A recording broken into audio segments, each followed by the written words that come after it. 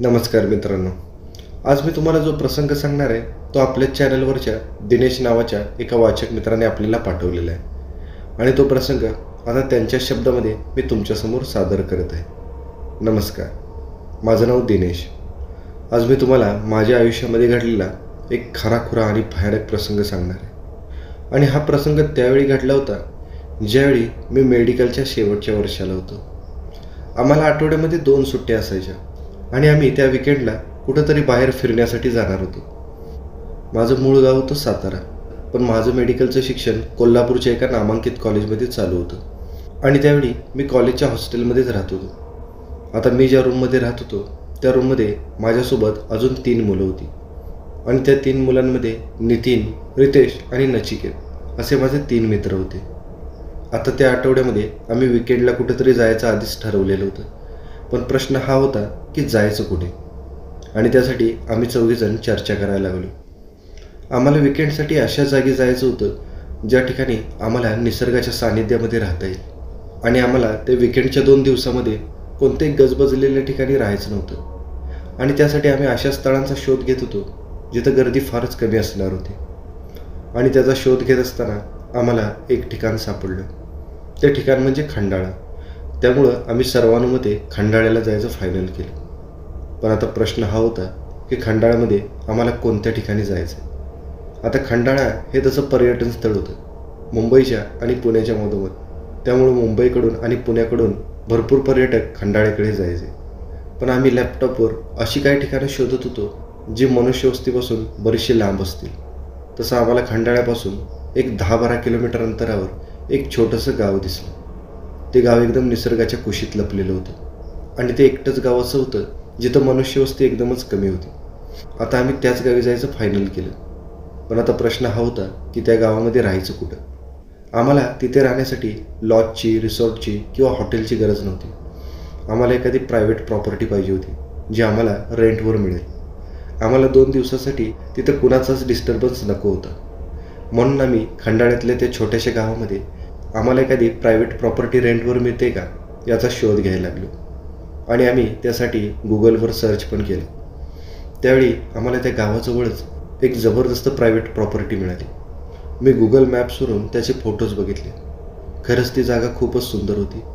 एखाद्या पिक्चरचं शूटिंग करावं असं ते लोकेशन होतं. एका मोठ्या डोंगराच्या उतारावर ते घर होतं. चांगलं 2 मजली घर होतं, एकदम ऐसपैस. त्या घराच्या पाठीमागच्या बाजूला डोंगराची चढण होती आणि पुढच्या बाजूला होता तो डोंगराचा उतार. ते घर त्या डोंगरावर असणारं एकमेव घर होतं आणि डोंगराच्या पायथ्यावरून त्या घराकडे जायला एक छोटासा नागमोडी घाटासारखा रस्ता होता. आमच्या सगळ्यांना ती लोकेशन खूपच आवडली आणि आम्ही त्याच ठिकाणी जायचं फायनल केलं. आम्ही आता त्या जागेच्या केअरटेकरचा शोध घ्यायला लागलो. त्यावेळी आम्हाला त्याचा कॉन्टॅक्ट पण मिळाला. आम्ही त्या नंबरवर फोन करून त्या केअरटेकरशी बोलणं केलं आणि एका छोट्या रकमेमध्ये त्यानं आम्हाला 2 ते 3 दिवसासाठी ती प्रॉपर्टी देण्याचं मान्य केलं. खरं तर त्या प्रॉपर्टीची लोकेशन, तिचं सौंदर्य बघता आमच्या चौघांना पण वाटलं होतं की त्या प्रॉपर्टीचा रेंट खूपच जास्त असेल.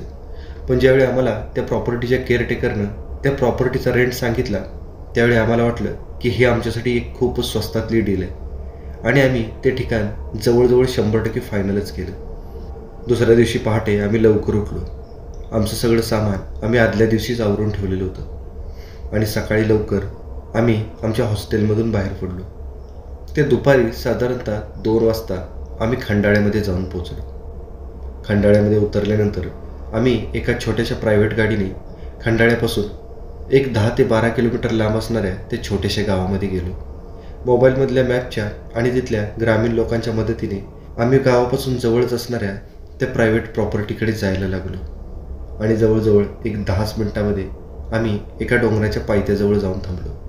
गाडीवाला आम्हाला डोंगराच्या पायथ्याशी सोडून तिथूनच निघून गेला, कारण आता पुढचा प्रवास आम्हाला चालतच करावा लागणार होता. आम्ही त्या प्रॉपर्टी असणाऱ्या डोंगराच्या पायथ्याशी उभे होतो आणि तिथून पुढे जवळजवळ एक 100-150 फुटाचा चढणीचा रस्ता होता. आभाळ दाटून आलेलं होतं आणि एव्हाना आम्ही तिथं पोहोचेपर्यंत रिमझिम पावसाला सुरुवात पण झालेली होती. आता त्या डोंगराचं निरीक्षण करत असताना आमची नजर त्या डोंगरावरच्या एका अतिशय सुंदर घराकडे गेली आणि त्या घराकडे बघून माझ्या लक्षात आलं की आम्हाला त्याच घरी जायचं होतं. आम्ही आता त्या घराकडे जाणाऱ्या त्या छोट्याशा नागमोडी पायवाटेने त्या डोंगराची चढण चढायला लागलो आणि साधारणतः एक 10-15 मिनिटांमध्येच आम्ही चौघेजण त्या घराच्या गेटजवळ जाऊन पोचलो. आम्ही त्या घराच्या समोर पोचल्या लगेच त्या घराच्या केअरटेकरला फोन केला आणि जवळजवळ 15 मिनिटांमध्ये तो आमच्याजवळ आला. त्याने त्या घरासमोरचा मोठा गेट उघडला. त्यानंतर त्याने आपल्या खिशातलं चाव्यांचं पुडकं काढलं आणि ते आमच्याकडे दिलं. म्हणजे आता इथून पुढे 2 दिवस आम्हीच त्या घराचे मालक होतो. आम्हाला चाव्या दिल्यानंतर त्या केअरटेकरने आमच्या चौघांना सांगितलं की या घराची साफसफाई मी कालच करून घेतली आणि तुम्हाला जर तिथं मदतीसाठी म्हणजे जेवण बनवण्यासाठी जर एखाद्या माणसाची आवश्यकता असेल तर तुम्ही मला आत्ताच सांगा. मी थोड्याच वेळात त्या व्यक्तीला इथं घेऊन येईन, कारण संध्याकाळी 8:30-9च्या आधी त्या व्यक्तीला मला पुन्हा घरी सोडावं लागेल, कारण ते घर गावापासून लांब एकांतामध्ये एकटंच होतं आणि त्या घरी रात्री कुणी ये जा करत नव्हतं. आता आम्ही त्या केअरटेकरला एका व्यक्तीला जेवण बनवण्यासाठी पाठवायला सांगितलं. तसं तो पुन्हा निघून गेला. आम्ही चौघेजण आता त्या घराचा दरवाजा उघडून त्या घरामध्ये गेलो. आता त्या घराची सगळी रचना कशी होती ते मी तुम्हाला सांगतो. आम्ही ज्यावेळी त्या घरामध्ये प्रवेश केला तेव्हा आम्ही एका प्रशस्त हॉलमध्ये गेलो. आम्ही ज्यावेळी त्या घराच्या त्या प्रशस्त हॉलमध्ये प्रवेश केला त्यावेळी आमच्या डाव्या बाजूला किचन होतं आणि उजव्या बाजूला टॉयलेट आणि बाथरूमची सोय होती आणि हॉलच्या एकदम पलीकडे एक बेडरूम होती. त्याचबरोबर दरवाजाच्या समोरच्या बाजूला एक छोटासा जिना होता. आम्ही त्या जिन्यावरून वरती गेलो. आम्हाला तिथं एक मास्टर बेडरूम दिसली. अशी त्या घराची एकंदरीत बांधणी होती. म्हणजे त्या घरामध्ये 2 बेडरूम होते. एक बेडरूम ग्राउंड फ्लोअरला होती आणि दुसरी बेडरूम दुसऱ्या मजल्यावर होती. आता आम्ही चौघे असल्यामुळं आम्ही लगेचच ठरवलं की नितीन आणि मी आम्ही खालच्या मजल्यावरच्या बेडरूममध्ये राहणार आणि नचिकेत आणि रितेश हे दोघेजण वरच्या मजल्यावरच्या बेडरूममध्ये राहतील. असं ठरवून आम्ही पटापट आपापल्या बेडरूममध्ये आपापलं सामान घेऊन गेलो आणि आम्ही फ्रेश वगैरे होऊन पुन्हा वरच्या मजल्यावरच्या बेडरूमकडे चाललो, ज्या ठिकाणी रितेश आणि नचिकेत राहणार होते. तसं पण ती बेडरूम आकाराने थोडीशी मोठी होती. आम्ही त्या वरच्या मजल्यावरच्या बेडरूममध्ये गेलो त्यावेळी नचिकेत आणि रितेश पण तयार होऊन बसलेले होते. ती वरच्या मजल्यावरची बेडरूम पण अतिशय सुंदर होती. तिला बाहेरच्या बाजूला एक गॅलरी पण होती आणि ती गॅलरी बरीचशी प्रशस्त होती. त्या ठिकाणी 4 खुर्च्या पण होत्या. म्हणजे तिथं 4 व्यक्ती गॅलरीमध्ये बसून बाहेरच्या निसर्गाचा आनंद घेऊ शकत होत्या. आम्ही सगळेजण त्या गॅलरीतल्या 4 खुर्च्यांवर बसून बाहेरच्या निसर्गाचा आनंद घ्यायला लागलो. तेवढ्यात केअरटेकर एका माणसाला घेऊन आलेला होता आणि तो माणूस घरामध्ये येऊन किचनमध्ये आता स्वयंपाकाची तयारी करायला लागलेला होता. जेवण वगैरे बनवायचं झाल्यानंतर तो आमच्या चौघांसाठी चहा घेऊन आला आणि साधारणतः 7:30-8 वाजता तो केअरटेकरसोबत पुन्हा निघून गेला. आता पुन्हा त्या घरामध्ये आम्ही 4 जण होतो. जवळजवळ रात्रीच्या 9 वाजेपर्यंत आम्ही गप्पा मारत बसलो. पण त्यानंतर आम्हाला भूक लागली म्हणून आम्ही सगळेजण पुन्हा ग्राउंड फ्लोअरवर आलो. हॉलच्या कोपऱ्यालाच एक छोटा डायनिंग टेबल होता आणि त्या डायनिंग टेबलवरच बसून आम्ही चौघांनी यथेच्छ जेवण केलं आणि जेवण केल्यानंतर आम्ही 4 जण पुन्हा त्या वरच्या मजल्यावरच्या बेडरूममध्ये गेलो. त्यानंतर खऱ्या कार्यक्रमाला सुरुवात होणार होती. तो कार्यक्रम म्हणजे ड्रिंक्सचा कार्यक्रम. आम्ही त्या एकांतात असलेल्या ठिकाणी यासाठीच गेलेलो होतो की आम्हाला एकदम मुक्तपणे जसं आम्हाला वाटेल तसं तिथं राहता यावं, म्हणून आम्ही लोकवस्तीपासून लांब असणारं लोकेशन बघितलेलं होतं. त्या ठिकाणी आम्हाला बिनधास्तपणे ड्रिंक करता आलं पाहिजे होतं. नाच गाणं धिंगाणा मस्ती या सगळ्या गोष्टी आम्ही तिथं बिनधास्तपणे करणार होतो. आता जेवण केल्यानंतर आम्ही सगळेजण पुन्हा त्या वरच्या मजल्यावरच्या बेडरूममध्ये गेलो आणि त्यानंतर आम्ही ड्रिंक्स करायला सुरुवात केली. तसं तसं आमच्या मेंदूवरची नशा वाढतच चालली. त्यानंतर अचानक नचिकेत उठला आणि त्यानं त्याचे ब्लूटूथ स्पीकर बाहेर काढले. त्यानं पुन्हा गाणी लावली आणि त्या गाण्यांवर तो डान्स करायला लागला आणि जसा नचिकेत नाचायला लागला तसं रितेश पण त्याला साथ द्यायला लागला. त्यानंतर आपसुकच मी आणि नितीन आम्ही दोघांनी पण त्यांना जॉईन केलं. त्यानंतर आम्ही वेड्यासारखे कितीतरी वेळ नाचत होतो. साधारणतः रात्रीच्या 11-11:30 वाजेपर्यंत आमचा धिंगाणा चालूच होता.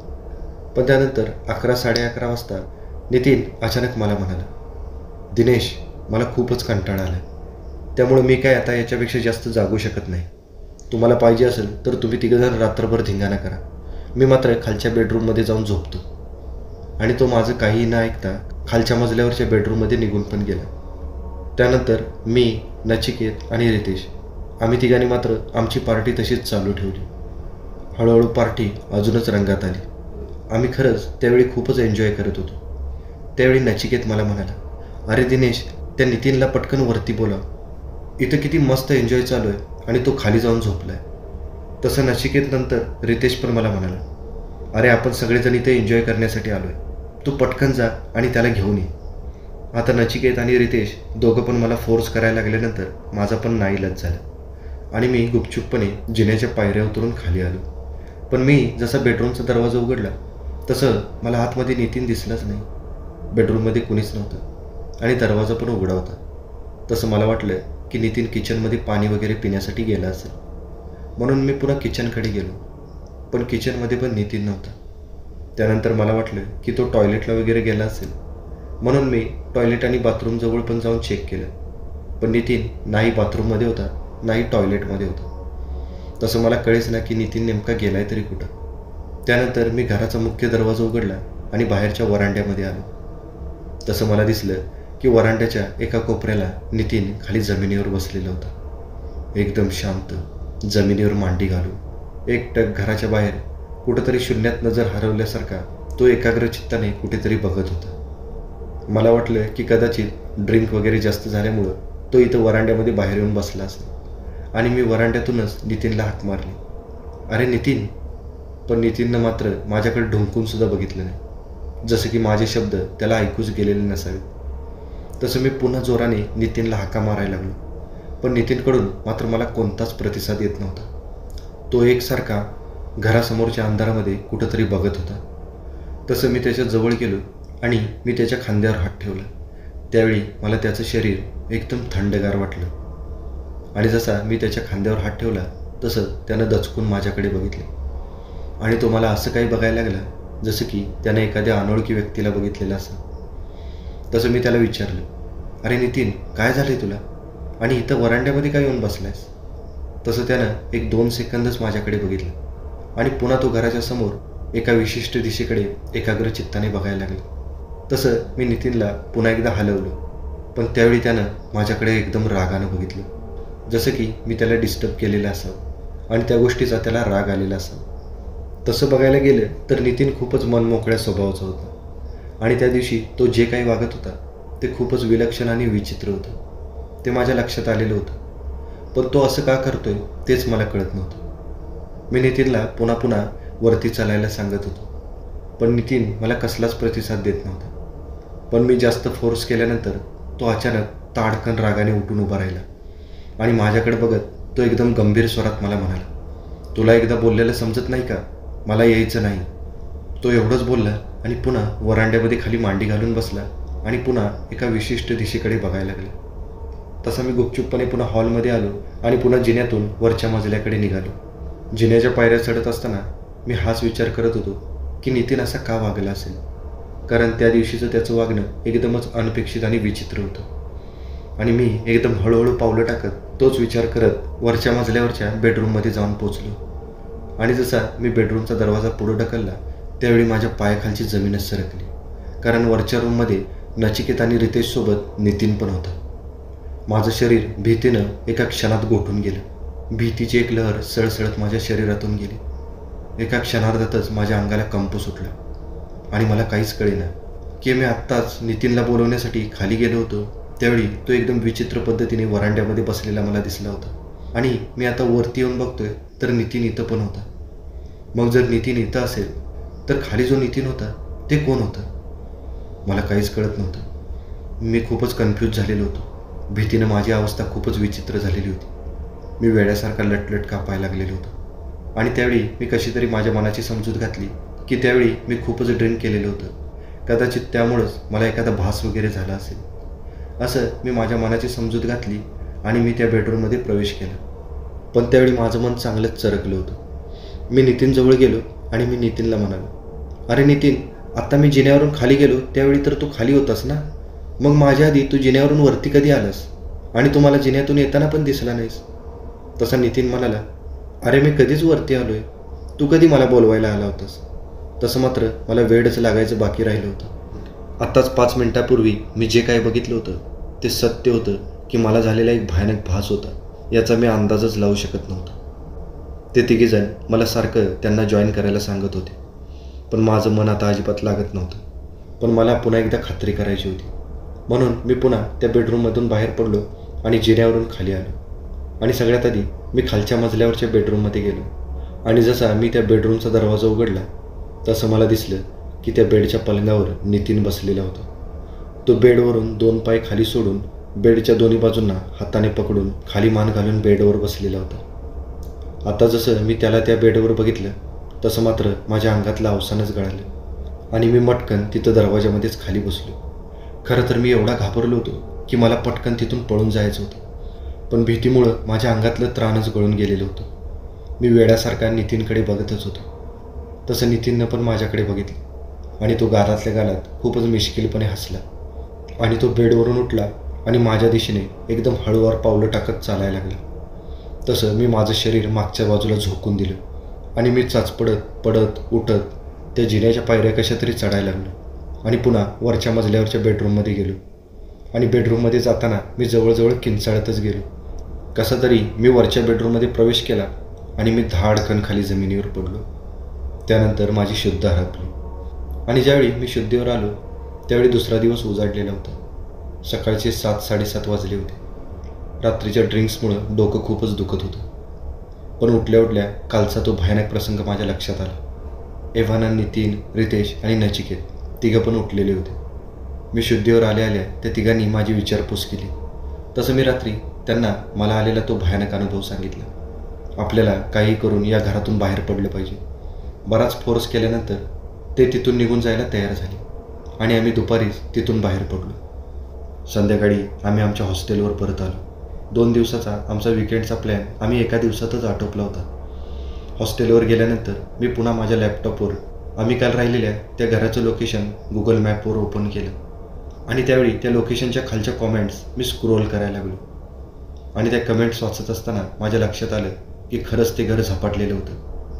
प्रत्येक कमेंटमध्ये कुणी सांगायचं की ते घर झपाटलेलं होतं, तर कुणी म्हणायचं की त्या घरामध्ये काहीतरी विचित्र अनुभव येतो. आम्ही 4 जण त्या कमेंट वाचत होतो आणि त्यावेळी भीतीचे शहारे आमच्या अंगावर येत होते. कारण आम्ही अजाणतेपणाने का होईना पण त्या घरामध्ये एक रात्र घालवलेली होती.